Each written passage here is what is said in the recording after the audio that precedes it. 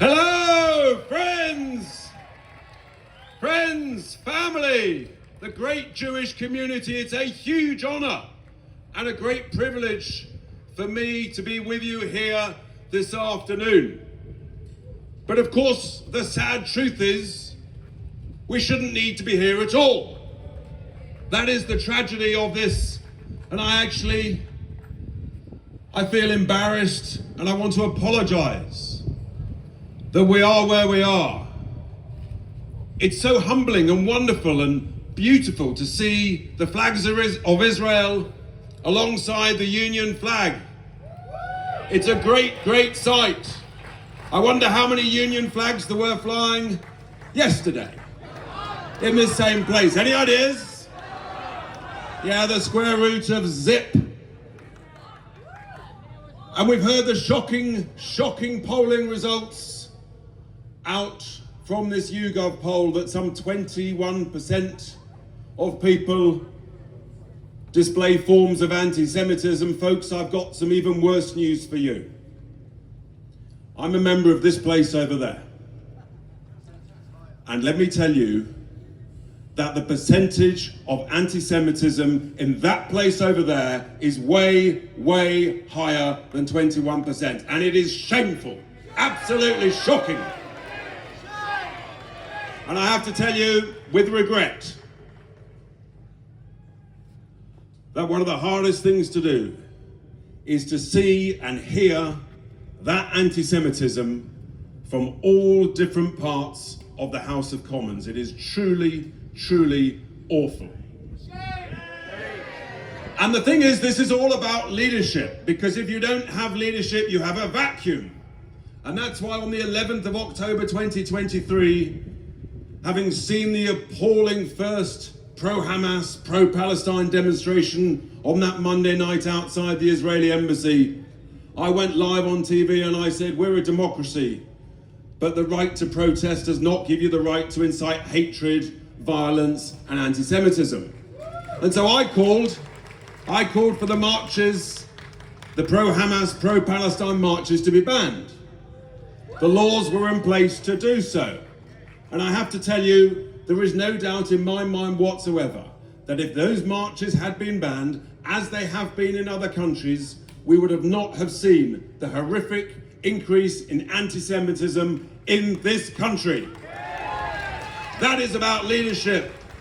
It's about leadership from government, but it's also about leadership in institutions, whether it's the BBC.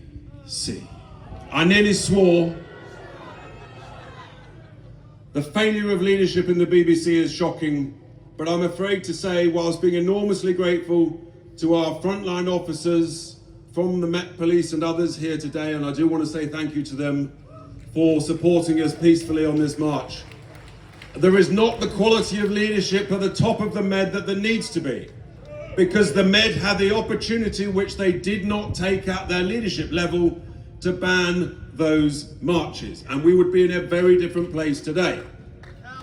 But that's what leadership is all about, and that failure of leadership we've seen from this government that has wrongly imposed sanctions with regard to defense, with regard to Israel. It's been wrong at every level. I stood up over there and I thanked Israel and the United States for damaging and destroying nuclear facilities in Iran. And I thank them again.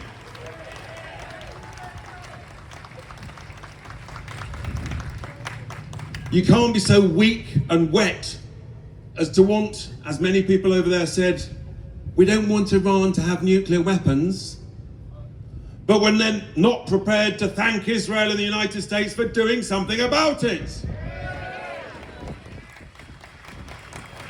It's all about leadership, and the disgust that I have for this government that thought it was a good idea to reward Hamas by recognizing a state of Palestine.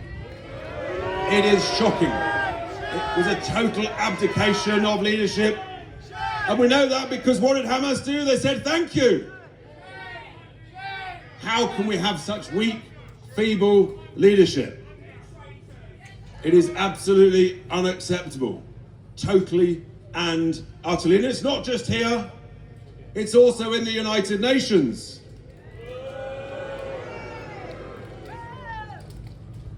So after Emily Damari was released, she confirmed what we feared, that she had been held in UNRWA facilities. And so I asked the Prime Minister in PMQs one Wednesday, I said, now that we know the truth, that UNRWA is riddled with Hamas sympathizers, we should stop funding UNRWA. The Prime Minister was a bit grumpy with me, and the hatred that rose from the benches opposite. But we know it, don't we? There's plenty of other agencies. And I absolutely think that it is right.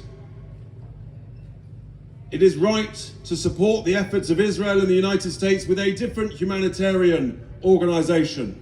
You have to try different things when you know that the existing organizations are failing. But again, this place won't have any of it. They've been captured by the UN and certain leaders. And when you hear a British diplomat called Tom Fletcher, I hope he's listening, when you hear him go onto the BBC and spread lies and complete misinformation a year ago about the famine and the number of tens of thousands of babies, he said 14,000 babies would die within 2 days. What a load of absolute lies. And he didn't have the courage to apologise for his lies when he was on the BBC Radio 4 Today programme a few weeks ago. But this is what we're up against. Cowardice, and you have to wonder why. A lot of this country needs reform, so you're absolutely right. But I do actually want to congratulate Chris Philp. He gave a great speech just now, and on this actually we need to stand together. We need to stand united. United as proud Britons. United together. We all want peace. And the way to get peace is to release the hostages. And that's why I was so proud. We've just come back from our reform conference just over the last 2 days, and to be at a fringe event with the cousin of Eviatar David, who of course we all know that video, emaciated, digging his own grave. His cousin came to our conference, and I have to say that she moved me to tears just introducing her, for her to speak to our event. I'm very grateful that she made the effort. She spoke so powerfully on behalf of all of Israel and the Jewish community. It was truly humbling. And we've said for some time that we should prescribe the IRGC. It should have happened earlier, but under a reform government, that will happen. And Nigel also confirmed on Friday the absolutely vital news that we would prescribe the Muslim Brotherhood immediately. We know what they are, we know who they are, and we know what we need to do. Fundamentally, folks, this is about leadership. It's about courage. It's about doing the right thing. And I just conclude by just admiring this site, the unity, the love, the passion, and the flags of Israel and the Union flag and others. Thank you.